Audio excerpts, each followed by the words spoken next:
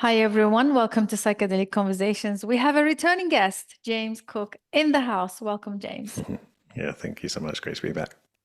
So good to see you again, and also to create this time for us to come back and share, because it's always great to follow up on our guests and where they are headed and their progress. It's always a treat to come back and follow up. Yeah, I really enjoyed the last conversation, so happy to be back. Fantastic. So I just want to say a few lines from your bio, just so our listeners can be familiar with you in case they are seeing you and meeting you for the first time. So you are a neuroscientist, writer, and a speaker. Your work focuses on consciousness with an interest in meditative and psychedelic states, which I'm going to also kind of touch on the psychedelics and where you are on that path. And you study experimental psychology and neuroscience at Oxford University, and passionate about exploring science and spirituality. Yeah, that sums me up. And yes, I mean, there's a lot more, but we'll add it into the show notes and your links for our listeners who are curious to know more and read more about you. And one of the reasons that I'm excited to be speaking to you today is because you have just been working and launching your book, The Dawn of Mind. So this is really exciting. Congratulations. Thank And you. I'd like to really dive into it and hear the message. What are you sharing? What have you been working on since the last time? But before that, can we dive into your observations and overview of where do you think we're headed in the psychedelic space currently, and where you are in it, and everything to do with psychedelics? Yeah, so my I started speaking in public out of initially I wasn't speaking about psychedelics. I was initially speaking about kind of science and spirituality. So who I am, in terms of why I'm speaking public is someone who had a kind of very profound spiritual awakening as a teenager in the context of like a lot of kids of that age rejecting kind of dogmatism of the religion I'd grown up in. And the thing that really struck me about it was that it wasn't supernatural, that it was the most naturalistic, just dropping in, like being fully present for the first time in my life in a really profound way. And I think from that point on, I was motivated to kind of to talk about this, basically about how these profound states of consciousness are a possibility for people, profound states of well-being associated with them, sense of being fully at home in the universe, all that good stuff. And you don't have to believe anything, ridiculous or anything delusional, because I think I would have had the impression that these were like delusional states if I hadn't experienced it for myself. So then I started speaking about that in public, and then became very interested in the psychedelic developments in neuroscience, partly because, I mean, for someone who's interested in science and spirituality, psychedelics are a great intersection, right? Because you've got this material substance that's interacting with the material brain in a controlled scientific setting, yet it produces reliably these kinds of states I'm talking about, So that was my motivation for initially talking about psychedelics in a kind of hope that they might be able to democratize these kinds of states instead of having to kind of stumble into them or meditate your entire life to get to them. And then so I experimented with them myself to kind of check they did what I thought they did, and then then I went on my own kind of personal journey. Basically, that really opened me up emotionally, and there was lots of stuff in me that I didn't realize was there that I really had to process, and that was a really beautiful journey that really kind of that's when I really got into them in terms of a catalyst for my own kind of spiritual development in terms of going from an understanding of spirituality that was very much based around consciousness and kind of, but not very embodied, into something that was a lot more embodied and, to do with emotional depth and that kind of stuff. So as of a couple of years ago, that phase ended in my own personal practice. And that's around the time I started writing the book. And so for the last few years, I've been really back where I started in terms of science and spirituality. And yeah, kind of like leaving the psychedelic field to do its own thing for now. So I've not been following the developments as much over the last couple of years as I was when we spoke last. But yeah, so my hope has always been that they can be, I guess, you have conventional approaches to well-being, like, therapy and changes in mindset, that kind of thing. But they have a certain kind of flaw that is typically unacknowledged, which you could call the ego or the self, or just there's something there that creates a kind of block that prevents really deep transformative change often for people. And then with psychedelics, with meditation, with spiritual kind of approaches, I think it makes sense to have different terminology, talking about psychospiritual stuff instead of just calling it like an extension of psychology, because you really do get into this level of, oh, actually, I'm not what I thought I was, and my relationship to the rest of the universe isn't what I thought it was. I thought I was small and separate. Turns out I'm a manifestation of the unfolding of existence, all that kind of good stuff. So yeah, my hope has always been that the field will open that up for more and more people. Yeah, and that's, I guess there are individual things that play out that sometimes make me concerned that, I guess, yeah, you have the initial kind of excitement and optimism that this is really going to change things, and then you start to see how the usual systems kind of try to appropriate it and box it in and actually limit the transformative change. I don't want to get into like bad mouthing particular kind of places that's happened, but I think that's also sobered me a bit when it comes to my evangelism around psychedelics, and that I think the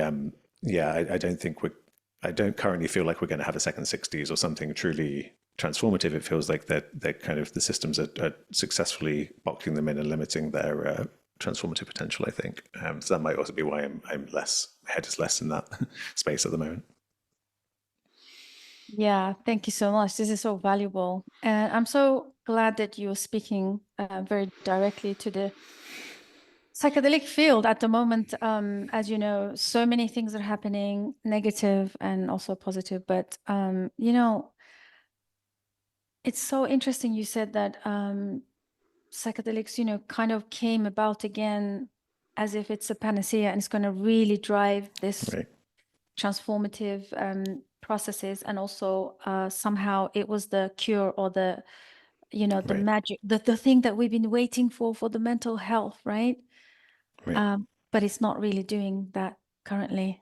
If anything, we're hearing more and more negative experiences, re-traumatizations, people falling into more depression and kind of losing hope even more further.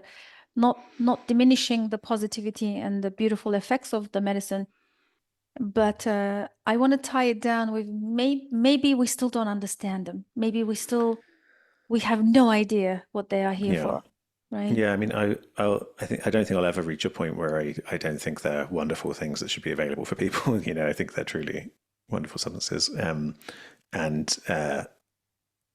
and I think that I also still am in touch with the evangelism because I think that the reason that there was the hope that they could be a panacea is the way that I think about it, I guess, is that discord at all levels arises from a sense of separation. So, if you look in kind of Buddhism, it's the sense of feeling like you're a separate self who has to struggle and manage existence. That creates a kind of sense of discord and suffering. And then you go up to the level of kind of interhuman oppression, and there's an othering dynamics there, where you treat people less than human because you're othering them as you're somehow different and separate from them. And then you look at what we're doing to the planet, and again, there's a distancing of us from nature. So I think there's this like fractal structure of separation that is I say fractal because it goes all the way down from the individual up to the largest way, scales at which we organize. And I think on the individual level, well, so the solution, if you want to call it that, to that is to orient away from separation and to wholeness and the harmony that comes from wholeness and connection. And psychedelics, in the right circumstances, can do that. They can quite reliably promote connection and kind of homeostatic rebalancing, coming into right relationship with the world. But if they're not held well, they can also lead to kind of rebounds in the opposite direction. And because we're in this like Russian doll structure of like the nestedness of the separation, this is what I was saying about like the psychedelics aren't going to work to change systems that have perverse incentives that are designed to kind of not to help people with well-being, but are designed to make money for people.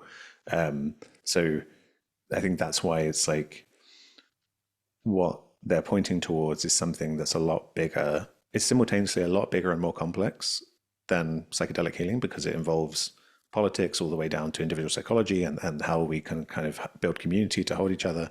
But it's also a lot simpler in that it is just that orienting to wholeness, I think, in terms of, which again is why this stuff for me comes down to kind of spirituality, which is I guess you could say the core of it is that, or in every moment, you have that choice to live a life of distracting yourself from the present moment and feeling like a self who's chasing kind of chasing whatever goals they think they're pursuing in the hall of mirrors of thought in their own mind, which is the usual kind of mind identified state, or you can be deeply present and feel fundamentally part of existence.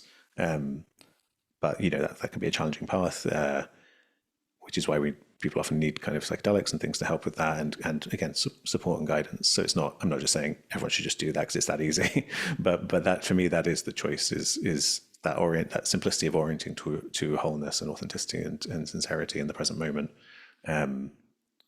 is what it comes down to.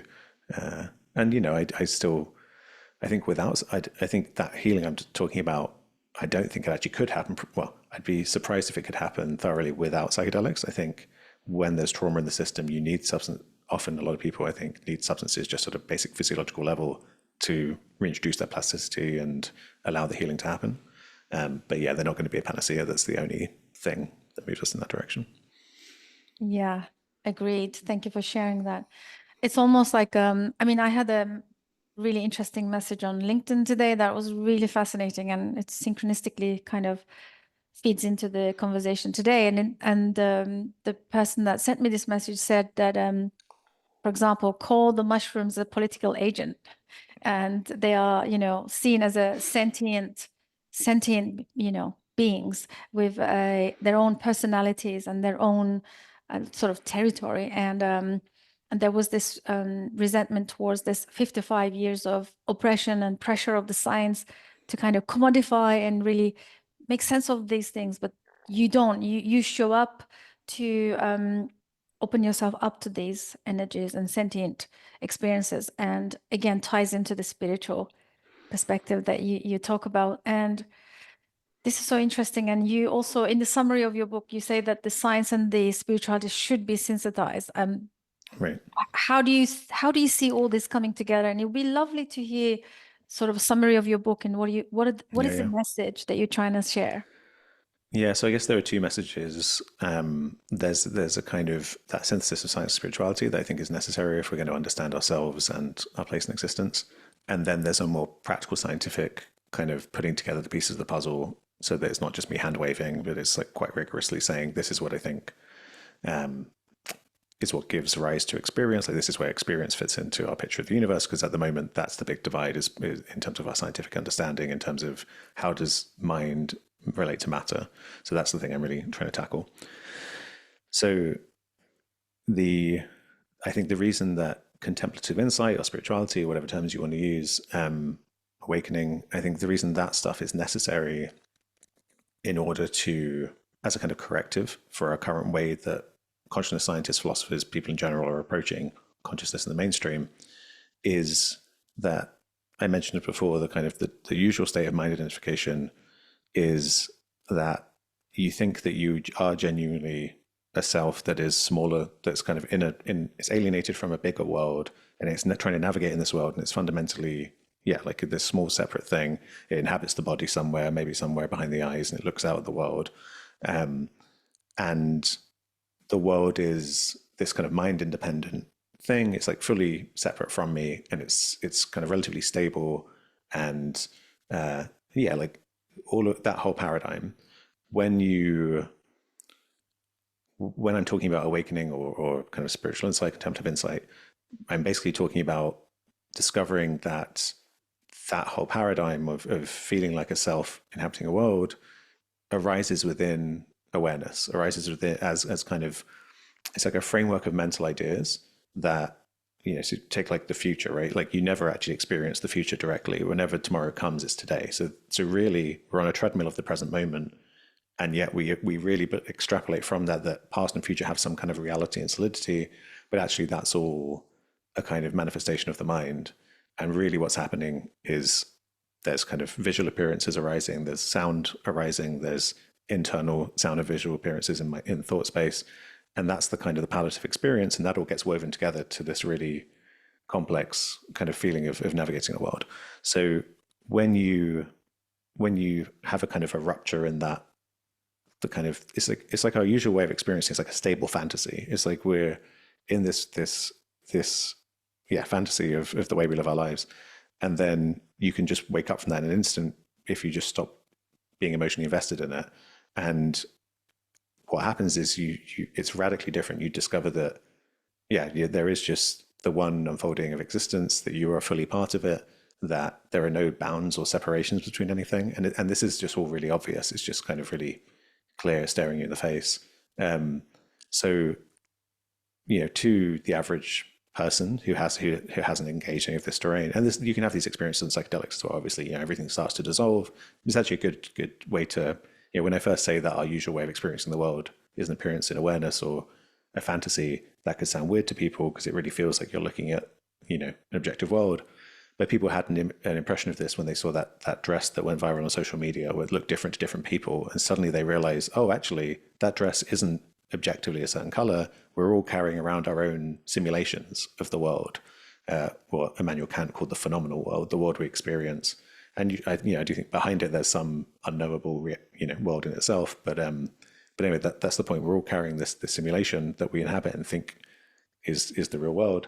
And then if you take a psychedelic, suddenly everything starts to meld, at sufficient doses, and then suddenly it all dissolves and it becomes really clear. Oh, wait a minute. This was always appearances arising in this bright, shining awareness. Like, what the heck is going on there? And then that can lead some people to idealism, to just being like, okay, well, that awareness is the ground of existence and all of the universe is a dream. I'm not saying that. But what I do think is that when you have that experience, or you shed that identification with the narrative, and you feel that unitive unfolding of existence, what you discover is you're not really a separate self. That was always an idea that you were kind of overlaying on experience. You also discover that you're not truly separate. So you're not a self, you're not separate, and that actually reality isn't made of some solid substance. There isn't actually a really solid ground of matter. Solidity is something that arises in experience as an experience. So this leads me in the book to say, I think part of the reason we're confused about consciousness and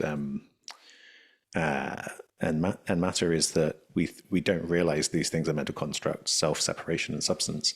We think we're a genuinely separate brain inhabiting the body, and that brain is a solid material thing made of a substance that needs to somehow map onto this immaterial consciousness.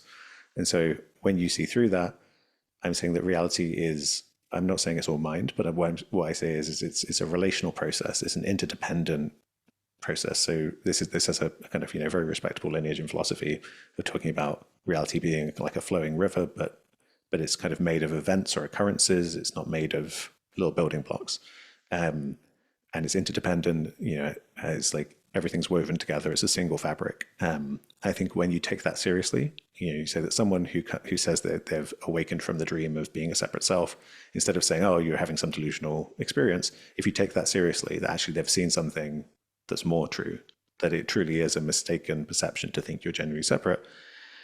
If you take that seriously, then I think everything falls into place. And the way that I think it falls into place, to get to the second message of the book, is that experience emerges, I think, with life. And I think it's not that the brain is like some computer that runs a really fancy computer program that creates consciousness, which is this kind of computational view is very common. But instead, consciousness or experience is it's a knowingness that has to arise in order to exist as something that's like orderly over time. So life, unlike, if you pour milk into coffee, it's going to dissolve very quickly, right? And it's all going to mix together. Life doesn't do that. If you did that if the drop of milk was like life, it would start to dissolve and it would gather itself up and it would pulsate and it would, you'd look at that and you go, oh, something weird's happening there. Something very interesting's happening. And that's the kind of interesting physics that life has. And when you look at that physics, what you discover is, to do that, it has to be interfacing with the world. It has to be simulating the world around it. It has to be engaged in some kind of knowingness. It has to reach out beyond what's physically adjacent to it and has to know or try to know. It has to kind of simulate or believe what's going on in the world around it. So that's the fundamental message of the book, is that like the knowingness of consciousness is what it feels like to be this like embodied evolutionary process. And I don't mean evolution like through species over time. I mean like in your lifetime, moment to moment, your organism is discovering how to be, how to not die basically, but just how to keep going and to fit into its niche in existence. And I think that's what experience is. And that evolutionary process actually, again, speaking in terms of like fractals and scale free stuff, like that applies at all levels in terms of like, I don't think like anything that differentiates itself from its environment does this same kind of process. But I don't want to say, I don't think it's experience in the case of like the way an atom keeps itself together or the way that the process of evolution of species over time keeps, that follows the same mathematical logic. I don't think that's associated with experience. You could argue it. You could say that this could become a kind of panpsychist view where actually at all scales there's some kind of diffuse consciousness. I don't think at that point I really know what that would be. Like, because for me to be conscious is to have a perspective. And so I'm like holding myself together as an organism and I'm looking out through these eyes from this perspective. And so I think that's why I don't think that the process of evolution, even though it's following, you can totally describe it as a process of knowledge gathering in terms of like the giraffe is like embodied knowledge of how tall the trees are in its environment. This is all been unpacked kind of scientifically. Anyway, so that's the kind of summary of the point I'm making.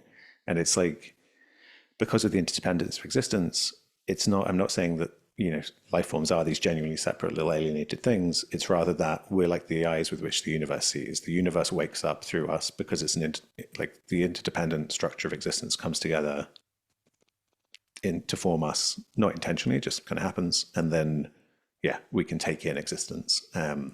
So that I'm offering this as a corrective to the mainstream view, which is that, or the mainstream assumption that it needs to be something to do with brains or nervous systems. It has to be something to do with being having a genuinely separate brain that's kind of fancy enough, complicated enough. It's the kind of the gut instinct level in the way people talk about it seems to be it's got to be something to do with how cool and special we are as a species. And like again and again, I think that's tripped us up in our thinking about this stuff. And actually, if we remember that we're fully part of nature, that we are kin with all other living things, I think that's the corrective. And I think we took a wrong turn a few hundred years ago with Descartes and the kind of origins of colonization and capitalism, and at the same time suppression of psychedelics. In the Americas, I think this is very much the human exceptionalism, supremacist way of being. That way of being is what created the gap between mind and matter in its modern manifestation.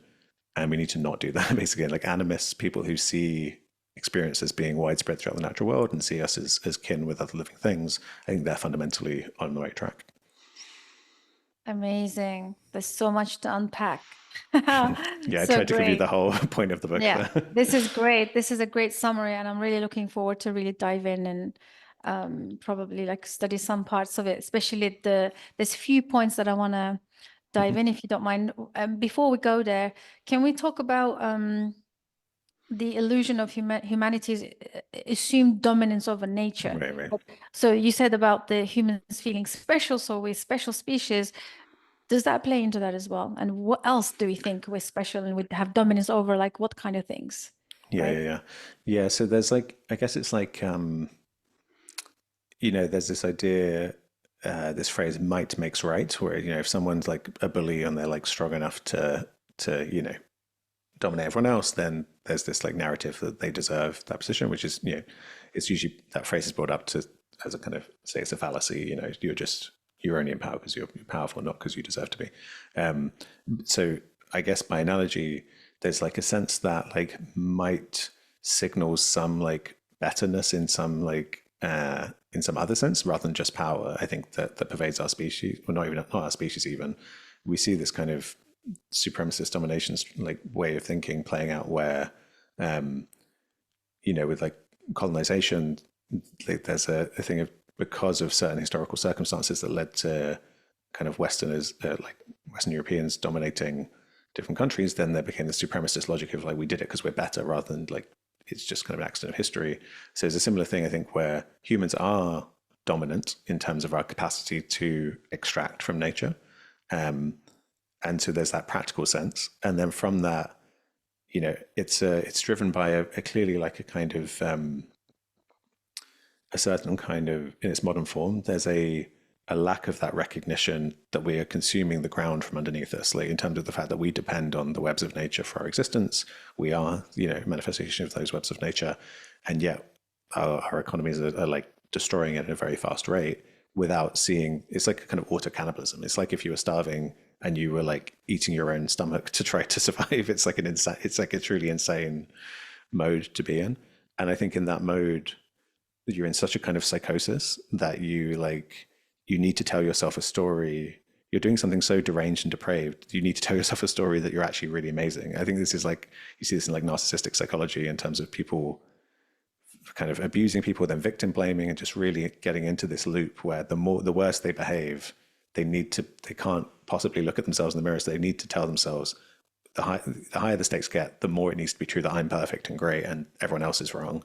And so I think it's the same kind of like egoic, narcissistic dynamics that fuel our like the thing of like, well, humans are the best and we deserve to plunder the earth. And I mean, that's just how I see it. Yeah. It Yeah. it seems like it's in the web, it's everywhere. It's the same sort of replicated behavior in everywhere, right? Um, why do you think we end up, I mean, why don't we born conscious? Like, what do you think is going on there? Do you think the whole lifespan is the experience to come and wake up to ourselves, therefore the universe wakes up to itself? Yeah, so I think we are, well, yeah. So I guess if you're talking about becoming conscious in a kind of spiritual sense of some heightened awareness of, or just when I talk about consciousness initially, I'm just talking about feeling, having an experience. So if I think a worm has any experience, if it feels bad to it if someone puts salt on it and it shrivels up and as it's dying, if that feels bad to it, then it's conscious, it's having an experience. And I actually do think that babies when they're born, a lot of the received wisdom has been that they don't have experience, which I think is ridiculous. They're just like little robots that are screaming and they don't actually feel pain. I think that's ridiculous, and that it's more the fact that for the first years of their life, the way that their memories are being laid down aren't retrievable in later life, probably due to before they've acquired language. So I think, there's a lot more consciousness, a lot more experience in life than we think. And then I actually think that, I guess my views align a lot with, I guess, a kind of like Taoism and Buddhism, and these perspectives where actually a lot of the time there isn't a kind of a narrative of purpose or meaning or driving it at anything. Like in the Western traditions, there's a lot of like, we're really heading towards the climax of like, revelation and we're really going somewhere. Whereas I think that really like when you drop below the level of the mind, I think all that's basically happening on the level of the mind, that fantasy of being a person who likes things and doesn't like other things and wants to go somewhere. I think actually there is only ever this unfolding moment, and it's just happening exactly as it's happening, and it's meaningless in the most wonderful way, in that it's just, you can just let go of needing to struggle with it and needing to find meaning in it, and it's just play. It's just complete liberation and play. So I think people wake up because, in my case, it was kind of suffering and desperation and just a kind of glitch in the system. Just happened to be certain circumstances aligned. It's a complete opposite of me having any particularly like good traits that led to it. It was in fact the kind of complete opposite, that like I was so invested, so tightly wound up in that mind identified state. I was so suffering so intensely, and it just so happened the thing I was suffering over was a dead end, and I couldn't, a bit like a riddle, I couldn't solve it. It was to do with theological stuff around God and wanting to have blind faith, but I couldn't have blind faith, and so I just went in a loop until the system crashed, and then I just looked around and I was just 100% free from all that suffering in an instant, and it was really obvious from that point that I'd been doing this weird fixated thing. I mean, call it weird. It's the thing that we all do. We're all born with the cognitive machine to do this thing of mistaking our ideas for reality. But I hadn't realized I was playing with ideas in awareness in the present moment. I was seeing through those ideas and taking them to be absolutely solid and real. So when I was worried about the possibility of hell, it wasn't that I was entertaining a thought about hell. It was that I was thinking about hell, like hell really as a possibility of existing and me suffering in it.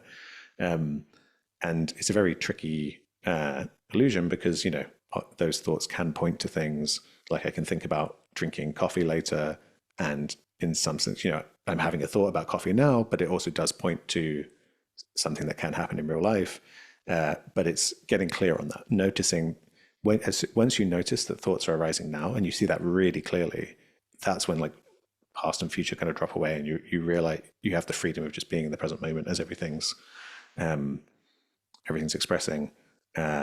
And I realize I've just gone off on a tangent. I can't even remember what the question was we were talking about there. No problem. So the question was like, why can't we be as from Right, birth be conscious of right, right, this, right, right. that we're not separate? Yeah. So I think I just think it's kind of evolutionary programming. So yeah, my point of that tangent was to say that it was just circumstances that led to a crashing of the system, and then what was revealed isn't anything that you can own or you can earn, because it's just beingness. It's just what's already here before you're overlaying your ideas on it. So everyone has access to it. It's fully available for everyone in every moment. You don't need to meditate your entire life. You don't actually need to do psychedelics, but like the habituated fixation of the thinking the ideas are real is so strong that I think for a lot of people it's easier said than done to say, well, just stop doing that, because of the. So I think it's like our physiological machinery is just programmed to do that, presumably because it had some survival advantage. And so I think the self and that whole mindset is a bit of a kind of sick joke, really, by evolution. That's just, I mean, it's not doing it on purpose, but it's like when you're in that paradigm, it's like it's all self-referential, and it's like, well, because I think I care about XYZ, then I can't do this and that, and it's just this like, if you just step outside it, you look at that paradigm, you're like, that's a whole knot of like, it's like struggle, and it's the fact that it's possible to step outside it is the most wonderful thing in the world. But it's like, yeah. So when from that perspective outside, it's like, oh, it just feels like an unfortunate thing that arose in evolution, in the same way that like our current situation, cultural evolution happened. It just so happened that certain dynamics, certain economic systems, for now, can create immense suffering, and that's just on the table. I think because of the kind of unbounded nature of existence, that there are no hard stops in existence. It's not like it's like, okay, the universe is expanding, but actually on the left, there's like, nope, you're not going to go any further here. Or with evolution, it's like it can just keep going and creating new niches, and new things can keep happening. So, a creature could exist where, say there was like a bee that managed to do something to the brains of everything in the hive, where they all like tortured themselves, but somehow that gave it energy. Like hells like that can basically just emerge because there aren't any, there isn't anything to stop it. But I think the good news is that level of discord, the kind of discord we're experiencing now, I think is transient. When you look at nature, you tend to see harmony more than systems torturing themselves. You don't. The thing I just described isn't very common. I can't really think of any other examples other than us at this point in history. And yeah, when you look at kind of indigenous groups, it seems like they're in a lot more harmonious state. And that's the real irony of the narratives of colonizers saying that indigenous people were primitive and they were more advanced. Because I think, especially when you look at like in North America, you had like the Mississippi Mound civilization. So there were like civilizations, and then the anthropologist David Graeber wrote about the idea that like it's very plausible that actually the indigenous peoples of the Americas experimented with that, and they were like, actually, you know what, this kind of hierarchical way of being like leads to toxic dynamics. Like we're not doing this. We're going to be very intentional in the way that we live close to nature and stuff. So it's actually a more highly evolved, like a more highly evolved way of being than the current mode. And so I think over time, the good news is that I think these evolution dynamics do lead to harmony, do lead to a kind of evening out. But yeah, I basically, again, this is my being a scientist showing, but also my spirituality aligns very much with this in terms of just everything's just happening and there are no guarantees. And that's partly why we suffer, because it's like that boundlessness of existence is like we're falling forward all the time, and we're like, and so we want to put on the brakes and struggle with existence and try to navigate, and that kind of, I guess it's almost like that works to some extent, and so that propagates through like evolution, like whatever works, spreads, and so suddenly everyone's like doing this thing where we're struggling with existence, And then the joke is that if you stop doing that, you discover that you're falling forward, but there's no grounds that it's like jumping out of a plane without a parachute and then discovering there's no floor to hit. It's like terrifying at first. And then you're like, oh, it's okay to just let go and be in the flow. So that's why I say it's a bit like a sick joke, because it's like, it only feels like a problem when you're doing it. It's like a Right. very self-referential thing. Yeah. Once you break out of it, no longer grips, no longer is there um, the suffering. Do you think environment informs the suffering? Do you think somehow environment is kind of limiting people in order to become fully self potentially aware? Yeah, definitely. I mean, something I've seen more and more is that I think that I used to, so we were talking before about orienting to kind of wholeness and healing separation. And I used to focus on that in terms of like, this is why psychedelics are powerful, because they can really help the individual to make that move, because we are the fabric of society. And so we need to be the ones to kind of work on ourselves as well as creating material change to improve our situation. But then I kind of came to see that there's a hard block on that ability to change if you're not well supported. In my own life, like it was when I felt like I was in touch with people who were genuinely emotionally wise and supportive, that's when the truly transformative change happened. And I've seen this with other people, which was really interesting to see that. Yeah, like I guess again, it's an illusion to think that we are separate individuals. We are manifestations of our community, of our like context, of our environment. So absolutely, there is no separation between environment and the individual, which I think is really important to know when it comes to psychedelics in particular, and why I'd like to see a lot more kind of, I like things like the decriminalization movements, and like I'd love to see more of those models of bottom-up community-based healing instead of the medical. I mean, maybe not instead of, because it's great to, something like MDMA for PTSD, like that's great that people can get that through a medical model. But yeah, like for that transformative change, I think that holding space is a bit of a kind of, a lot of people don't like that as a kind of hippie kind of term, but I think the idea of, like supporting each other, being a safe, I mean, that's basically what we're missing is a critical mass of wisdom and true compassion, true egoless, like love for each other, that we're like, and you see this with like spirituality, where the norm, or at least very common, is toxic gurus who are like, abusive, and it's actually someone manipulating this good stuff for their own personal agenda. And so that's the opposite of what I'm talking about, so the finding truly like true spiritual nourishment in the form of like truly compassionate ways people is very rare. And we need to, if we're going to produce the change that we want, I think somehow we need to catalyze that. We need more people like that, more communities like that, more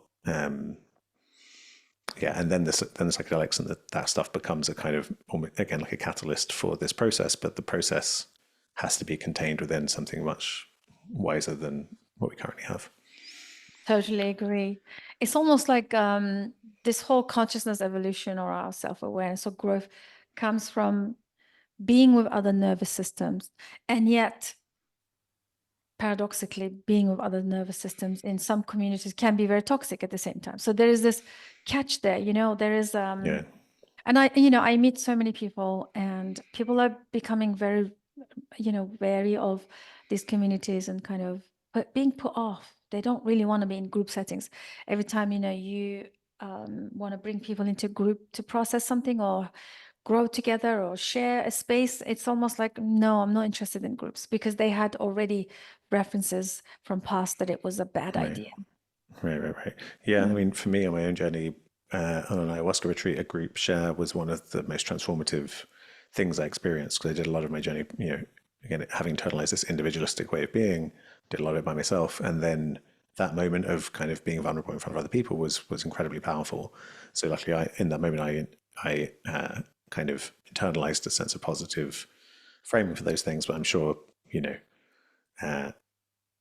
like it happens a lot, I think, where people think that certain groups, certain, people are like the toxic ones, and that actually we can find that actually, if you just turn away from those people and find your group, you won't see those dynamics. But actually, then I've seen again and again people saying how surprised they are to find these kinds of dynamics, kind of, I guess, like egoic, unsafe feeling dynamics everywhere. And I think this is what, again, why it comes down to spirituality, because it really is just the ego, that it's like it has this programming has this agenda of like me first, but in an unconscious way, where I'll distort how I perceive things in a way that allows me to not go into my own pain. I won't even know that I'm doing it. And so if someone says something I don't like because it triggers that part of me, I'll genuinely perceive that they're being mean to me, and then I'll lash out. And like, so you always think you're in the right. It kind of goes back to what I was saying before about that thing of like, the more you're misbehaving, the more you convince yourself you're in the right. And so like, this is just the normal egoic mindset. And it's, that's why it's hard. And it's like it's like I said before, when you're in the game of the mind, it's like I guess it's like a downward spiral of lowest common denominator, where it's like a fear-based thing, where once one person starts behaving like that, other people don't feel safe to open up, and then everyone contracts and they don't want to do the group stuff. So yeah, I'm in no way an expert in how to navigate that terrain, but I think it's hugely important that people experiment with like models of like, how can we come into wise non-egoic community and hold that space for each other. If there's one thing we need more than anything now, it's that kind of community building, I think. Yeah, I agree fully. What really I'm thinking right now is the distinguishing consciousness from self-awareness, because a lot of in the self-growth or transformational spaces, consciousness is thrown around like it's very difficult Yeah. to understand. Do you have any idea how should we put that in context? Yeah, so that's a great distinction. So as I'm using it, as I mentioned before, I'm just talking about experience, any kind of feeling. It's basically synonym for experience. So if there's any experience at all, that thing is conscious. And people use these terms differently. For me, I use the term awareness for, I mentioned before, this kind of pristine space in which all the experiences, the contents of consciousness arise. And self-awareness, so I mentioned at the start the idea that we are a self, that we are. You can say there is a body here, but the body is a process. It's like it's not a truly separate thing. But when I say the self, I don't mean the body. I mean that feeling of being in the head, looking out from the eyes, and I think a lot of thinking about consciousness just takes for granted that we are some kind of self, and that self becomes conscious. And so we're like, people will look at the kind of, most evolutionary recent parts of the brain and think that it's something to do with being a subject who can interrogate different parts of the brain, and that there's some mechanism there that embodies being a subject.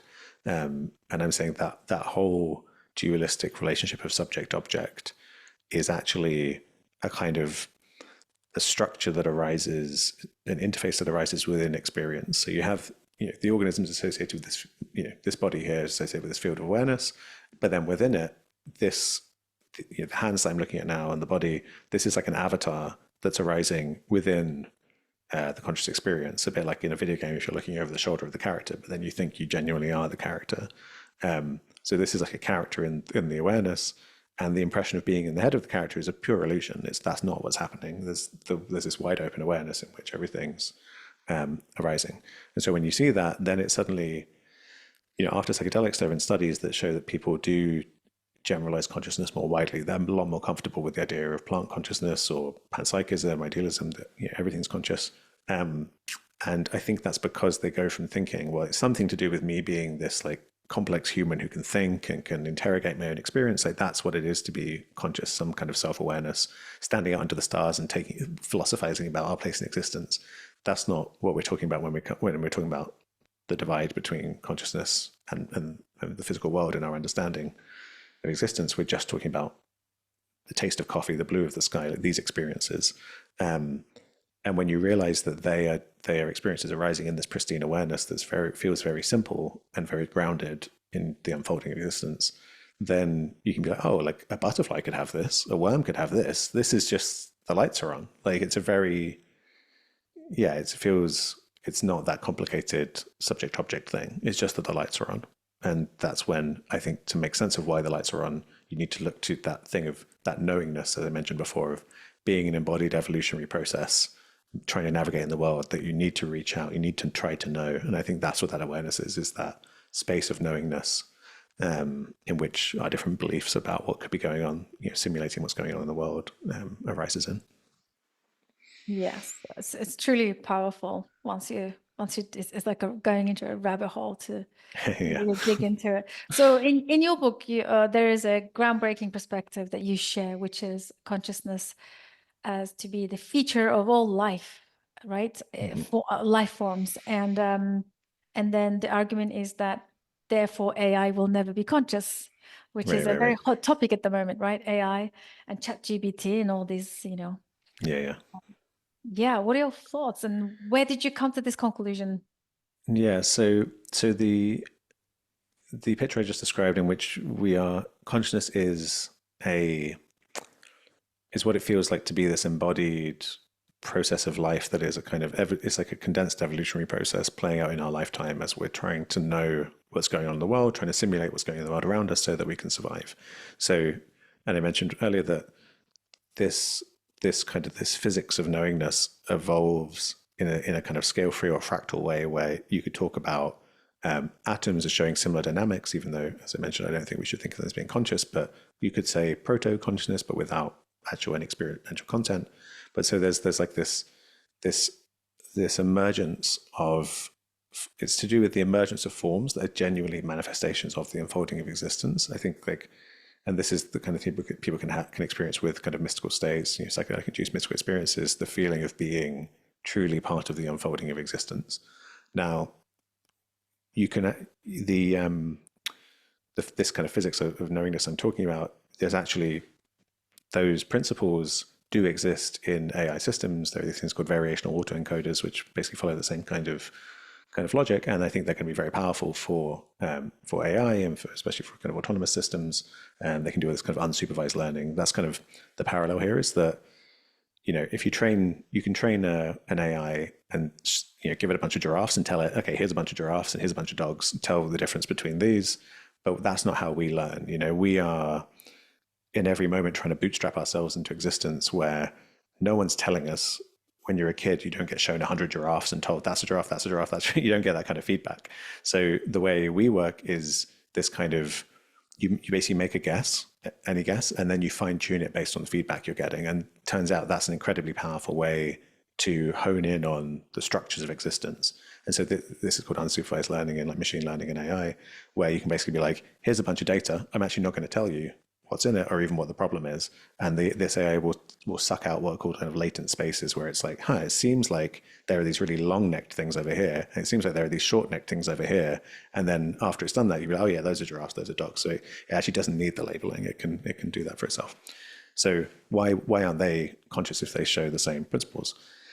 The fundamental difference is, I described this kind of, that we are a truly kind of emergent part of existence that shows these dynamics, in this embodied way that's to do with our survival. And then these models are models of that. We're mapping and coming up with mathematical kind of formulas to describe those dynamics. But in the same way, if I write these down on a napkin and I show you that napkin, you wouldn't say, oh, well, now that napkin's conscious. You'd be like, no, like obviously, like your dog and the way it's living its life, if I write down all the equations, it's an abstraction. It's a model. You could say it's like the writing on the napkin just isn't the same thing. And then you could be like, okay, well, what if I do all the sums and then I give you the output and I tell you what you would do next moment? Yeah. And then you go, okay, well, now I'm going to do the sums on the computer, and now it's like AI. It's still just like a very complex napkin. You've programmed it. We as this outside intelligence have programmed it. Even if you put it into like a Roomba or like something where it has autonomous states and it can start doing its own thing, it's still a very fancy model. It's a bit like it will never be the true unfolding knowingness of what it is to be a real thing. So I think that's again why we kind of come back to mystical experiences, because when I'm talking about this deep groundedness as the unfolding of existence, when we feel like we are the idea of the self, people may not, I mean, with this audience, they probably have some sense of this, but to the average kind of scientist, they might go like, what the heck are you talking about being the ground, the unfolding of existence? And so if you're in that state, yeah, this may not you may not get what the difference is here.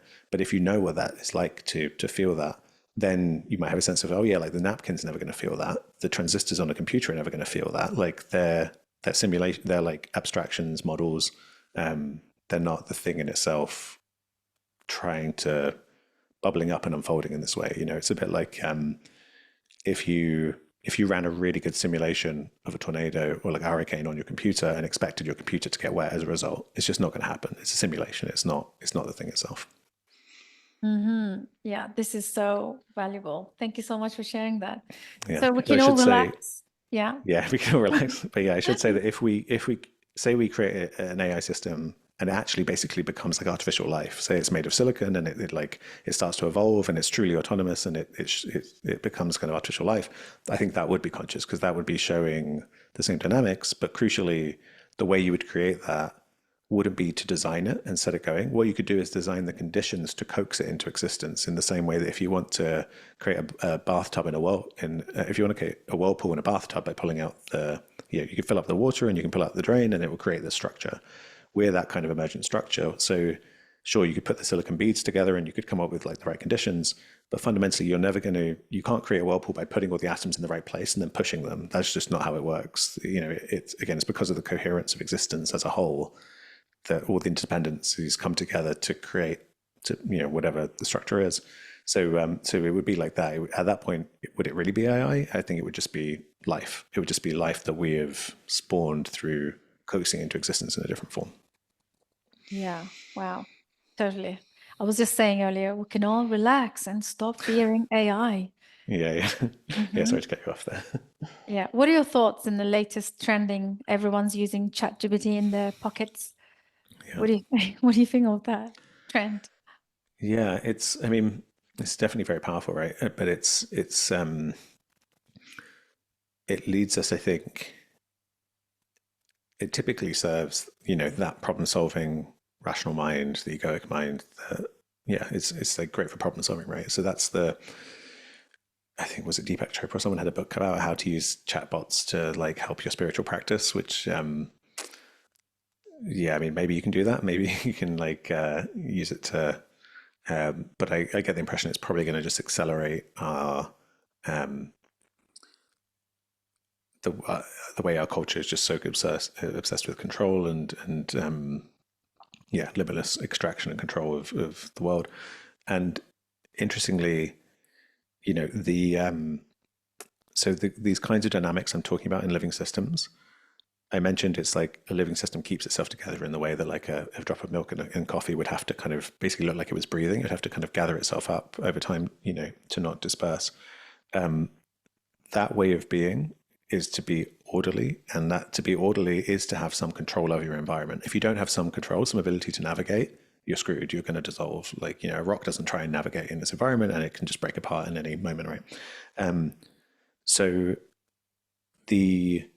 it's because of this like evolutionary imperative to survive that I think actually we do get experience, but we also get runaway intelligence that is inherently, you could say it's kind of inherently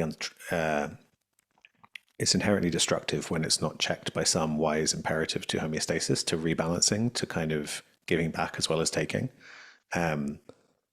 Because it's, for me to remain orderly, it's very much about pushing the disorder outside me and keeping the order inside me. That's the fundamental game at the kind of physics level. So I think you can see it's precisely because humans have become so dominant on the planet that we're so destructive.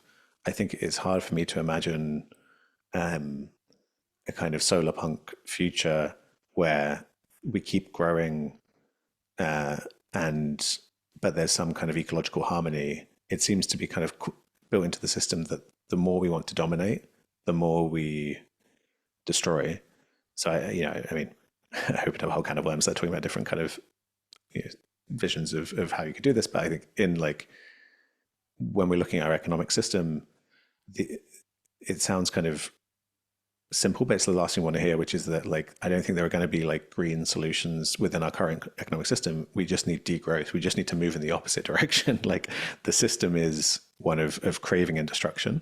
and it just needs to do the opposite of that. We just need to put the system in reverse, and like, but we don't want to do that because that we like all, it's like our environment. You kind of point to this earlier. Like our environments are constructed to disempower us, to keep us from being actualized, and to keep us kind of invest in the system. So we're a kind of most wounded versions of ourselves that just want to soothe and consume, and we don't have the energy to kind of make a better world. And because of that, it's this like circular thing, like I was talking about before, with like you need the wise, compassionate people to build the community to help people heal, but each of those steps kind of needs the other one. It's like an ecosystem, so it's hard to see like how do you start that process going. If you have the psychedelics but you don't have the wise people, and so it's a similar thing where like we don't have the kind of collective awakening to realize what direction we need to go in. And we also, even if we did, people's first reaction would be like, oh, I can't, like, I just need to get through the day and make the ends meet. And understandably, like the system's structured to be like that you can't make rent and you can't, you've got your concerns. So the solution is kind of simple, but and this is the same thing with individual suffering. The solution is simple, which is to stop the game of your own egoic, like pursuits, basically. I mean, not on like a practical level, you can do that, but on an emotional way that your mind is structured, you kind of need to surrender. And just like the spiritual pathway is about letting go of attachments, letting go of surrender. It's if you want to be like, well, no, I'm going to keep these attachments and do like struggle with it, like you're back in the game of struggle.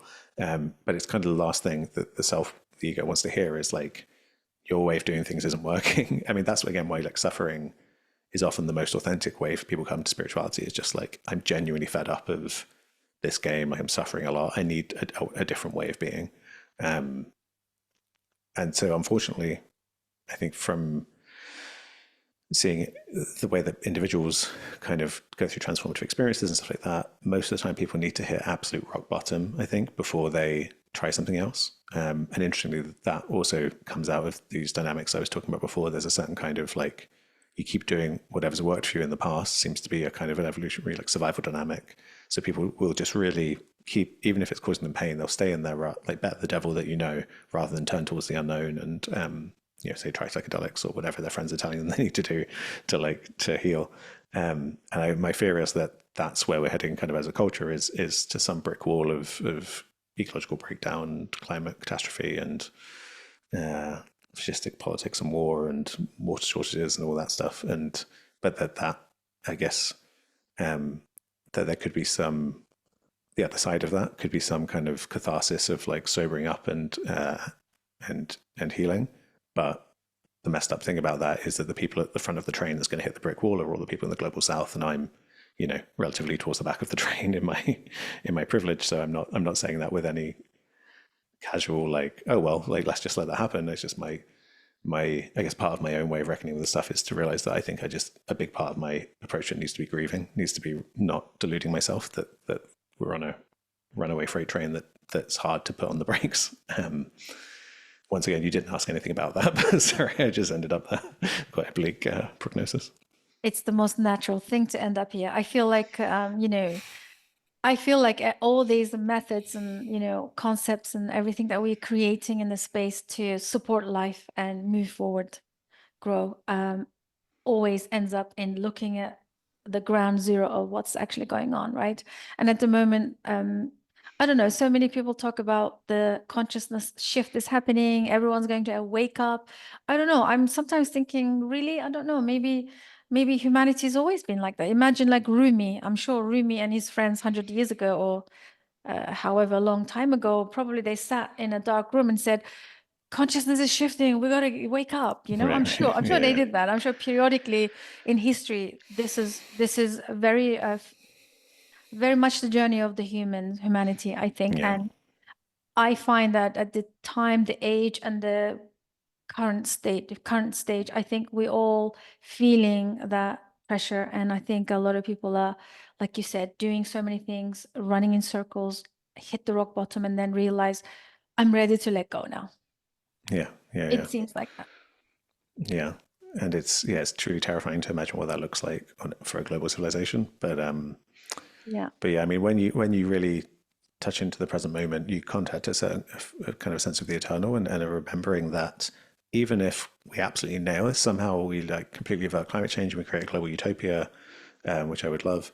Fast forward to 500 years, like 1,000 years, like we're going to fall into some other catastrophe. Like the roller coaster keeps going. There is, we yearn for some resolution to get off the ride of existence, but actually, I mentioned before this like perpetual falling forward, the boundlessness of the journey of existence. It's going to keep going, and there isn't going to be a fixed endpoint, and that can make the kind of the mind freak out a bit because it wants fixed categories. But I guess the advice is to surrender into that in this moment, because it's always happening now.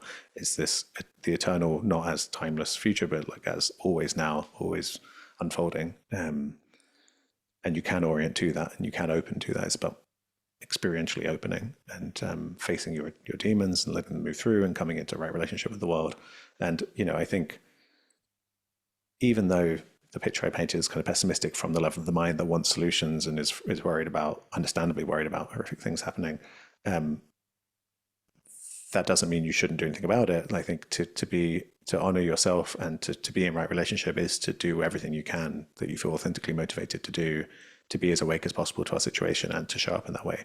And ironically, if you do that from a place of groundedness and acceptance and letting the emotions move through you, letting yourself grieve, if we all did that, I think that would be the thing that would transform the world. It's like what you resist persists. It's like because we're like in this egoic struggling mindset that we're adding to the fire of separation.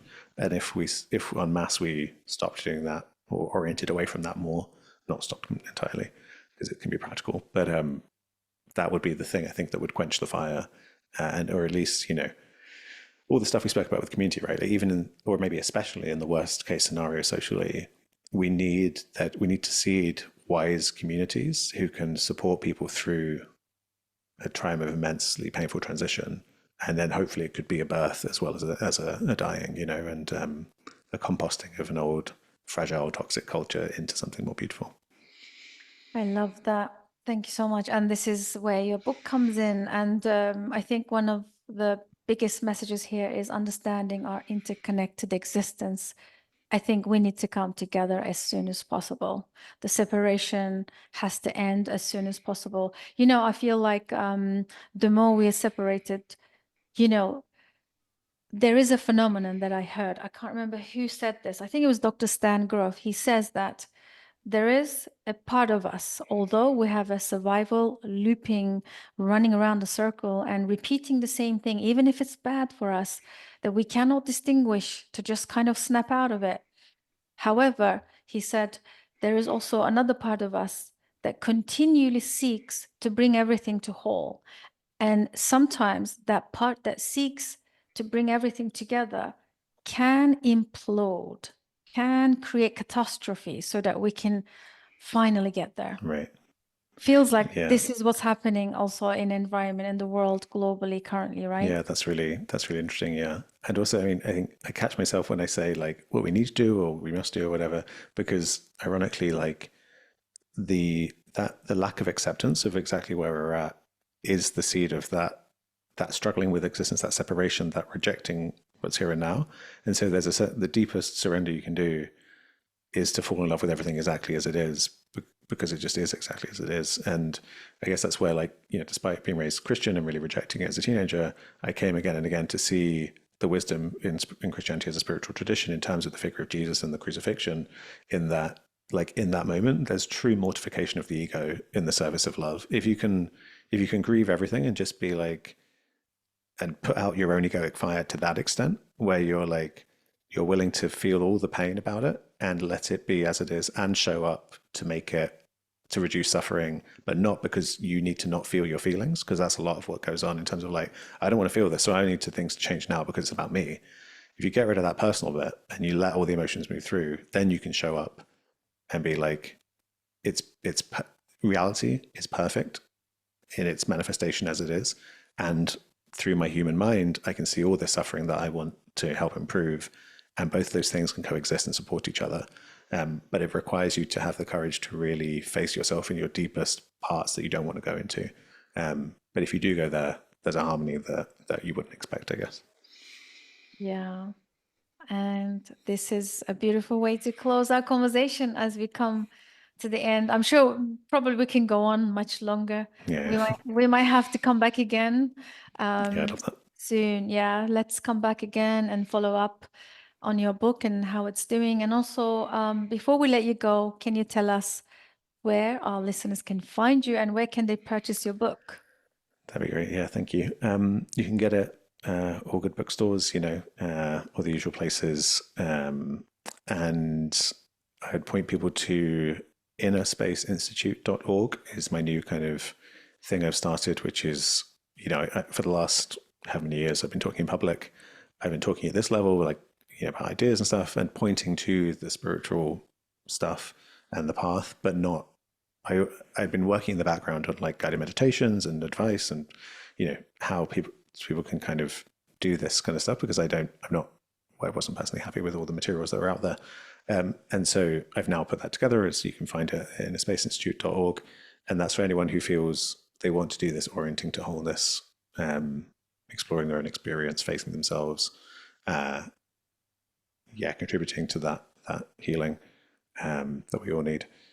Then that's a place to go. There's some free materials. You can also sign up to be a member, which helps support and the project, and then allows me to put more time into creating new materials. And then you can find me at Dr. James Cooke with an E on the end, on kind of Instagram and Twitter and YouTube as well. I've got a YouTube channel with a podcast called Living Mirrors. drjamescooke.com. Yeah, I think that's all the things. And the book is The Dawn of Mind: How Matter Became Conscious and Alive, and it's out on the 3rd of December in North America. Amazing. This is beautiful. And you are hosting Living Mirrors podcast. You Right. also Yeah, have I've a been doing that for a podcast. few years now. Yeah, which is a great resource to allow people to get to know you and your journey. Yeah, I touch on all these different things we've been talking about. The compliments I've gotten about it often tend to revolve around the diversity of topics, but they all cohere in the way that has come out in this conversation. So there's conversations with leading really big figures in consciousness science, but also psychedelic science, and even like ecology and animism, like anything I think is relevant to this. Because I think the picture we've tried to convey, I think, is quite simple in its core in terms of wholeness versus separation and discord versus harmony and all that kind of stuff. But it turns out, because it's this like fractal thing, it's like it takes a lot to talk about the different aspects of the whole. But yeah, people can go there. There's a large back catalogue of conversations there.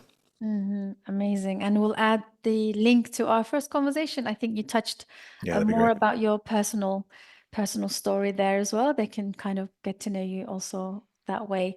We'll have your bio, the links and the book link, everything in the show notes.